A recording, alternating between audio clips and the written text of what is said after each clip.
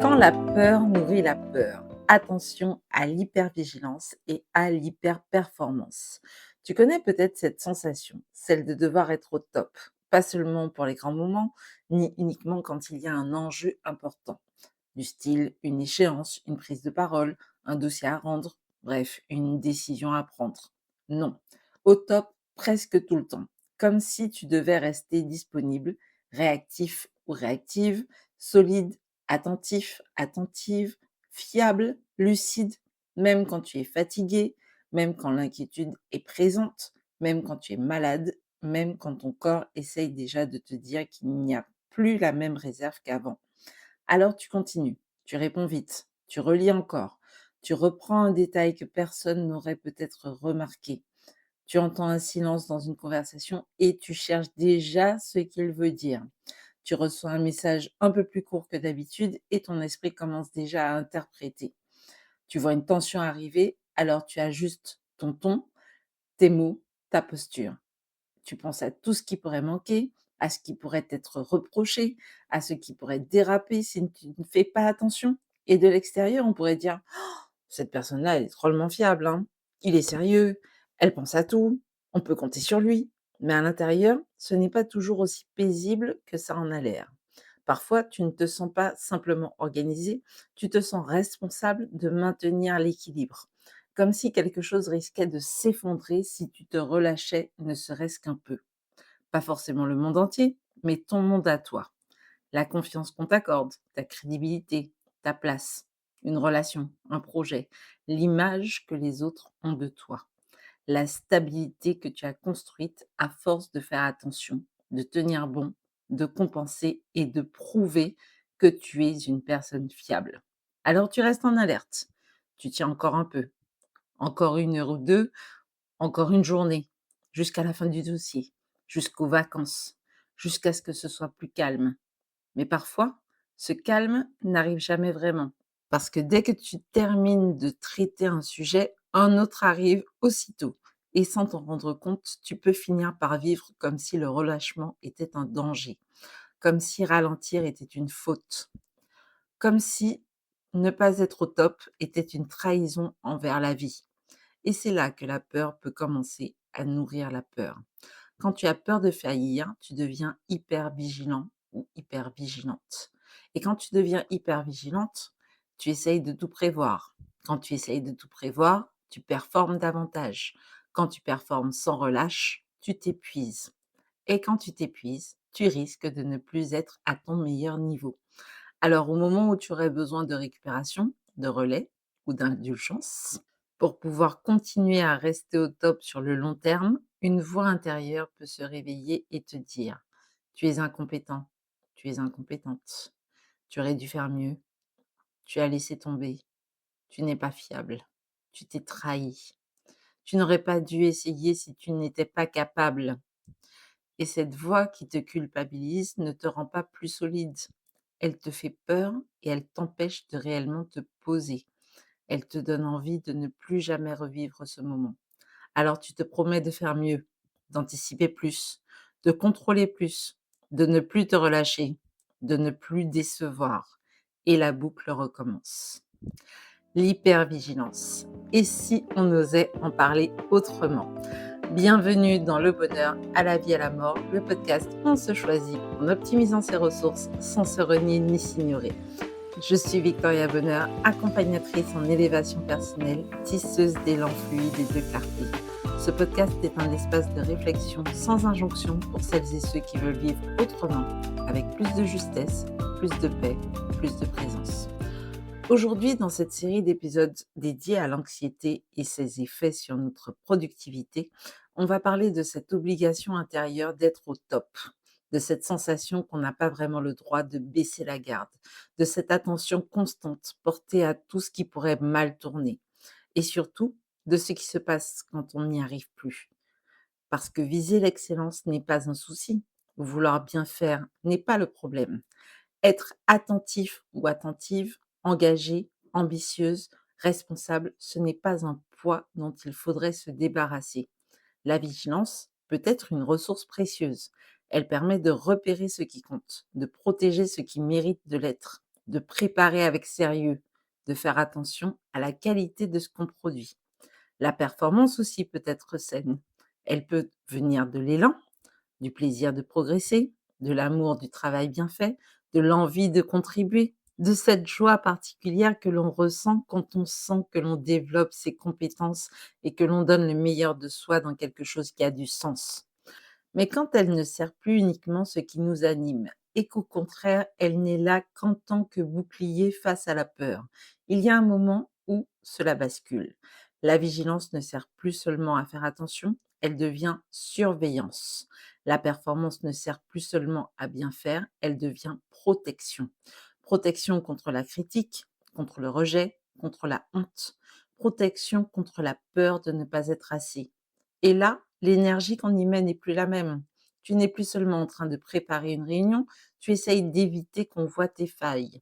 Tu n'es plus seulement en train de répondre à un message, tu fais tout pour éviter un reproche, une tension, une déception. Tu n'es plus seulement en train de faire ton travail, tu tentes de prouver que tu mérites ta place. Et quand tu es fatigué, ce n'est pas seulement de la fatigue. Tu as aussi peur que ta fatigue soit interprétée comme un manque de volonté, de fiabilité ou de courage. Et quand chaque geste porte une charge de preuve derrière lui, tout devient plus lourd. Un mail n'est plus juste un mail. Un retard n'est plus simplement un retard. Une erreur devient une faute. Une baisse de régime se transforme en aveu de faiblesse. Tout peut devenir une menace pour l'image que tu essayes de maintenir ou pour la sécurité intérieure que tu essayes de préserver. C'est pour ça que l'hyperperformance est parfois si difficile à repérer, parce qu'elle peut donner de bons résultats. Tu peux être félicité, reconnu, devenir la personne sur qui tout le monde compte, obtenir des validations, des responsabilités, des compliments, avoir accès à de nouvelles opportunités, et en même temps, intérieurement, tu peux t'éloigner de toi-même. Parce que ce qui est valorisé à l'extérieur n'est pas toujours ce qui te respecte à l'intérieur. On peut applaudir ta capacité à tenir sans voir ce que ça te coûte. On peut admirer ta réactivité sans voir que tu ne décroches jamais vraiment. On peut te remercier d'avoir encore assuré sans voir que tu n'avais plus vraiment la force de le faire. Et parfois, toi aussi, tu finis par confondre les deux. Tu te dis, si ça marche, c'est que je dois continuer comme ça. Si les autres comptent sur moi, je ne peux pas me relâcher. Si je suis capable de tenir, c'est parce qu'il faut que je tienne le coup. Mais être capable de tenir ne t'oblige pas à tout porter. Être compétent ou compétente n'implique pas que tu dois être disponible en permanence. Être fiable ne signifie pas que tu dois être infaillible. Et être ambitieux ou ambitieuse ne sous-entend pas que tu dois faire de ton humanité une faute. Parce que c'est souvent là que le sujet devient délicat. Quand tu n'arrives plus à être au niveau que tu attends de toi-même, tu peux oublier que tu es avant tout un être vivant. Tu peux oublier que tes ressources varient, que tu fais toujours de ton mieux, même si, on est d'accord, ton mieux du jour n'est pas toujours la meilleure performance ever que tu aies faite de ta vie. Et cette nuance est importante parce qu'il y a une différence entre je n'ai pas fait ma meilleure performance et je n'ai pas fait de mon mieux. Non, ce n'est pas la même chose. Parfois, ton mieux disponible d'aujourd'hui est plus au ralenti, il est plus simple, il est plus hésitant. Parfois, ton mieux disponible du moment, c'est juste continuer à respirer. Et dans ces cas-là, ça n'en fait pas un mieux moins valable, parce que tu as besoin de respirer pour être en vie et tu as besoin d'être en vie pour faire ce que tu as à faire. Alors, je t'invite la prochaine fois que tu sens que tu es un peu à la ramasse, de te demander qu'est-ce qui est à ma portée aujourd'hui. Et quelquefois, c'est demander une précision au lieu de faire semblant d'avoir compris et de passer des heures à chercher une autre solution de ton côté. Ça peut être aussi de rendre une version correcte au lieu de rendre une version parfaite. D'autres fois encore, ça sera de dire: «Je ne pourrai pas le faire dans ce délai» ou de demander de l'aide ou encore de dire: «Aujourd'hui, je ne suis pas en mesure de le faire, point». Et cela ne veut pas dire que tout est parfait, que tu n'es pas en mesure d'ajuster ou que tu n'es pas capable d'apprendre, de réparer, de recommencer ou même de progresser. Cela veut simplement dire que tu n'as pas besoin de te détruire pour reconnaître qu'un ajustement est nécessaire. Et le discours que tu tiens envers toi-même quand tu faillis ou quand tu as l'impression de faillir change tout. Si tu te dis: «Je suis nul, je suis incapable, je ne suis pas digne de confiance», tu crées une menace supplémentaire. Tu ajoutes de la honte et de la culpabilité à cette fatigue. Tu ajoutes de la peur à l'erreur et de la violence à l'apprentissage que tu es en train de vivre. Et la prochaine fois, tu ne chercheras pas seulement à mieux faire, tu chercheras surtout à éviter la punition que tu t'infliges à toi-même quand tu ne fais pas assez bien. Et c'est encore une manière dont la peur nourrit la peur. Tu as peur de l'erreur, donc tu fais tout pour l'éviter. Et tu t'épuises à force d'anticiper, d'imaginer, de calculer tous les chemins possibles pour éviter justement de te retrouver dans une situation qui te déstabilise. Tu faillis parce que tu es épuisé, tu te punis d'avoir failli et là, tu as encore plus peur de recommencer et tu deviens hyper vigilant ou hyper vigilante. Tu surveilles davantage, tu fais encore plus attention, tu fais plus, tu portes plus et le cycle recommence jusqu'au prochain épuisement. Ce cycle-là peut être aussi discret que délétère. Il peut se cacher derrière des phrases qui ont l'air raisonnables. Je veux juste bien faire.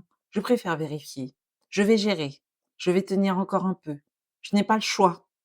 Ce sera plus simple si je le fais moi-même que si je dois expliquer comment faire pour que ce soit bien fait. Et souvent, derrière ces phrases, il y a une peur plus profonde. Si je ne tiens pas, quelque chose dans ma vie va s'effondrer. Si je ne suis pas au top, on ne me fera plus confiance. Si je montre que j'ai besoin d'aide, on va me voir autrement. Si je me relâche, je vais perdre ma place. Et si je perds ma place, je vais perdre la face. Et c'est là qu'il est important de t'apporter beaucoup de douceur. Parce que cette peur n'est pas ridicule. Elle vient peut-être de loin. Elle vient peut-être d'expériences où tu as été critiqué quand tu t'es trompé. Des moments où on t'a fait sentir que ton besoin était trop lourd, des contextes où il fallait anticiper pour éviter les reproches et des relations où l'erreur te coûtait très cher. Ce sont des périodes où tu as dû apprendre à tenir parce que personne ne le faisait pour toi. Alors non, il ne s'agit pas de mépriser cette part de toi qui a peur. Il ne s'agit pas de lui dire: «Arrête de contrôler, lâche prise, tu te prends trop la tête, tu n'as qu'à faire confiance». Parce que l'hypervigilance s'est installée dans ton système car elle a été une stratégie de protection qui a fonctionné. Il n'est pas question de la désactiver en la dénigrant. On commence par comprendre ce qu'elle essaye de protéger et ensuite, petit à petit, on lui apprend qu'il existe d'autres options comme la confiance, l'indulgence, la compassion, l'apprentissage ou le fait de passer le relais. Pas comme des excuses ni des prétextes pour renoncer, mais comme des manières de durer, de progresser sans te maltraiter et de rester en lien avec toi-même pendant que tu avances. Parce que les humains sont des êtres sociaux. Nous ne sommes pas faits pour tout porter seul en permanence. Nous apprenons avec les autres, nous progressons avec des retours et nous avançons parfois plus vite quand nous acceptons de nous appuyer sur l'expérience de personnes qui sont déjà passées par ces chemins-là. Bien sûr, cela demande du discernement. Tous les conseils ne sont pas bons à prendre. Tous les mentors ne sont pas adaptés à notre situation et toutes les méthodes ne conviennent pas à ton fonctionnement, à tes valeurs ou à ton contexte. Faire confiance ne veut pas dire remettre ta vie entre les mains de n'importe qui. Demander de l'aide ne veut pas dire abandonner ton sens critique. Et déléguer ne veut pas dire disparaître. Mon père dit souvent, la confiance n'exclut pas le contrôle. Mais entre tout porter seul et faire confiance à n'importe qui, il existe quand même tout un paquet d'options.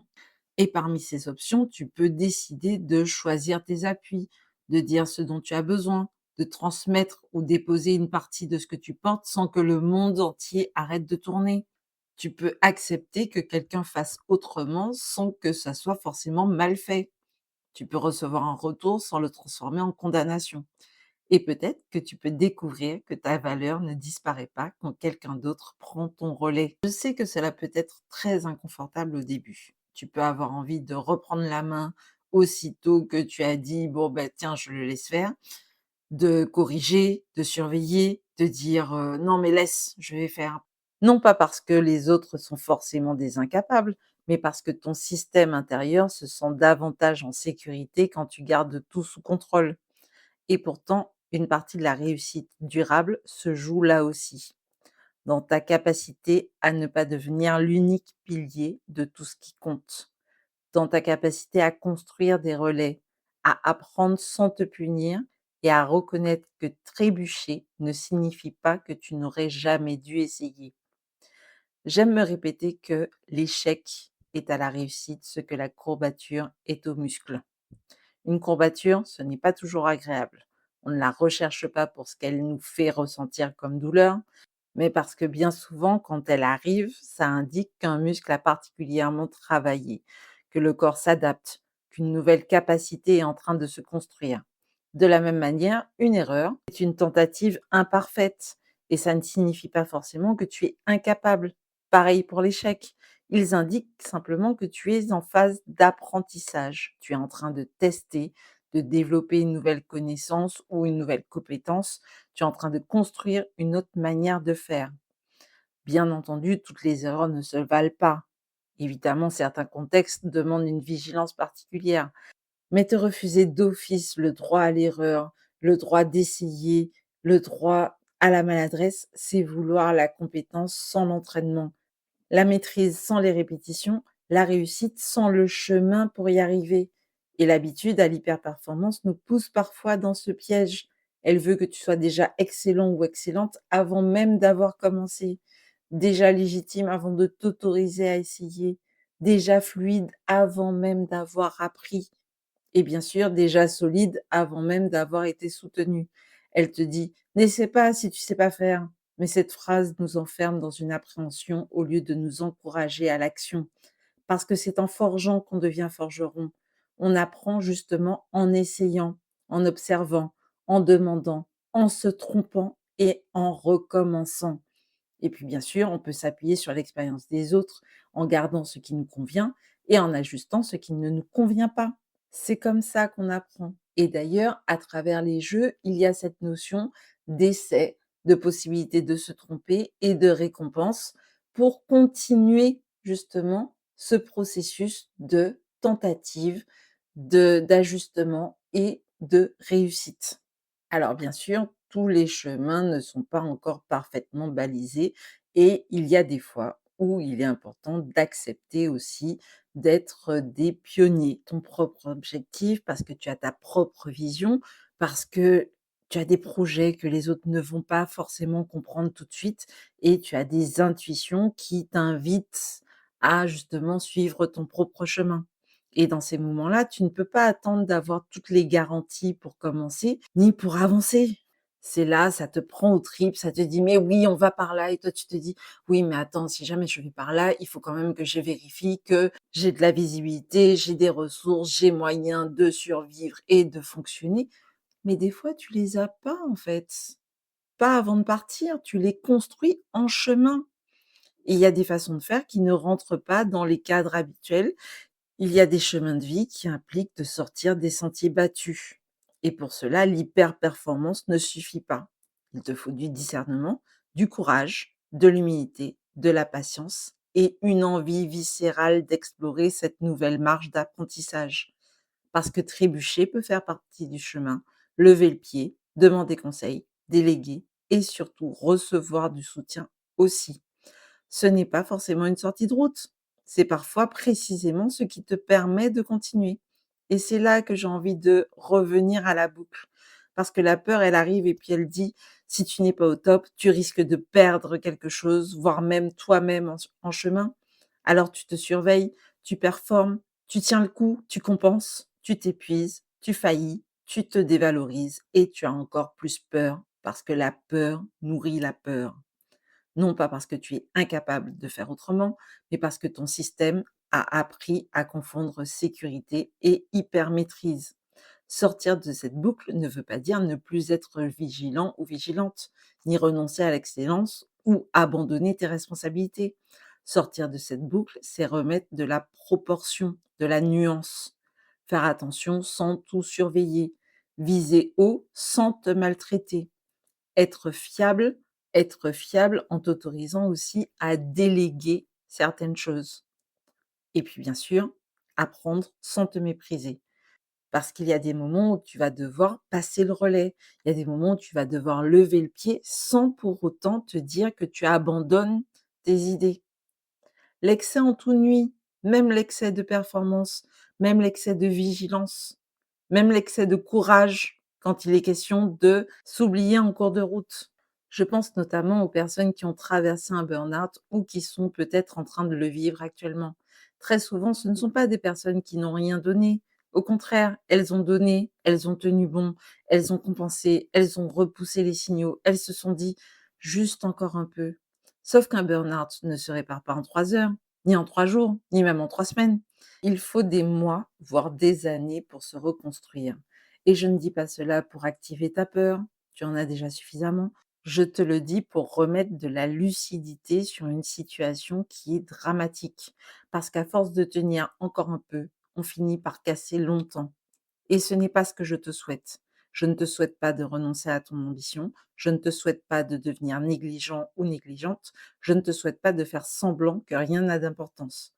Par contre, je te souhaite de réussir sans te perdre en cours de route, de viser l'excellence sans t'excuser de prendre soin de toi, de pouvoir dire: «Je peux bien faire sans me faire mal.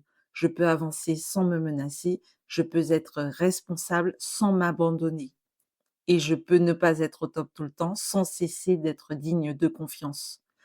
Alors, pour amorcer ce changement, je te propose un exercice. Tu choisis une situation dans laquelle tu sens que tu dois être au top du top, une situation où tu as du mal à te relâcher et demande-toi: «Qu'est-ce que j'ai peur de perdre si je ne suis pas au top?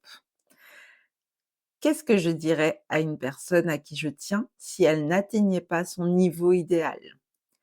Est-ce que ça lui ferait du bien d'entendre ça? Ou est-ce que ça la mettrait encore plus mal?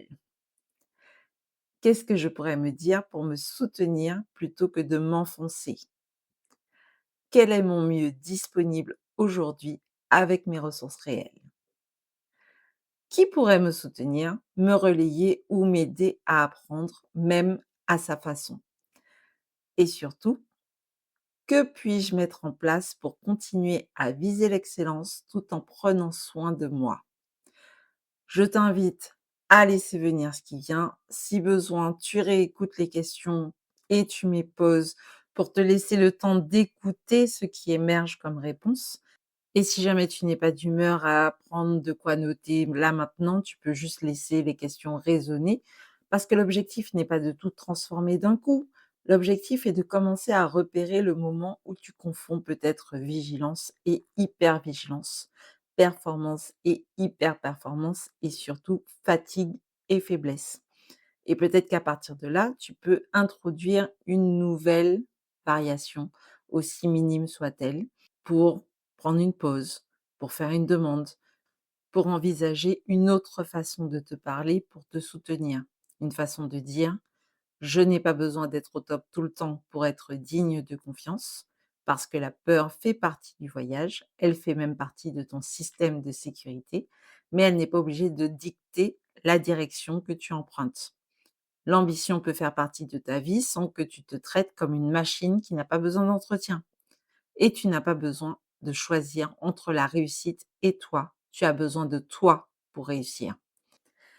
Et je peux t'assurer que la réussite se savoure davantage quand tu as avancé avec le respect de toi-même comme compagnon de route pour la rejoindre, plutôt que quand tu t'es oublié sur le bord du chemin. Merci encore d'être entré dans cette bulle avec moi. Je t'encourage à partager cet épisode si tu sens que ça peut aider quelqu'un que tu connais à renouer avec le bonheur et la joie. Si ce sujet t'a plu, n'hésite pas à mettre un like et un commentaire pour me dire ce qui a particulièrement résonné pour toi. Si tu as des questions, tu les mets aussi dans l'espace commentaire. Je suis là pour y répondre. Je t'invite à t'abonner à la chaîne Victoria Porte-Bonheur et à activer les notifications pour être tenu informé et ne plus rater aucun épisode du bonheur à la vie à la mort. Et tu peux même me retrouver dès maintenant sur Instagram via Victoria Porte-Bonheur. Parce que le bonheur n'est pas un luxe, c'est un appel à l'alignement de soi, à la vie, à la mort. C'était Victoria Bonheur, dans le bonheur, à la vie, à la mort, le podcast où on se choisit en optimisant ses ressources sans se renier ni s'ignorer. À bientôt!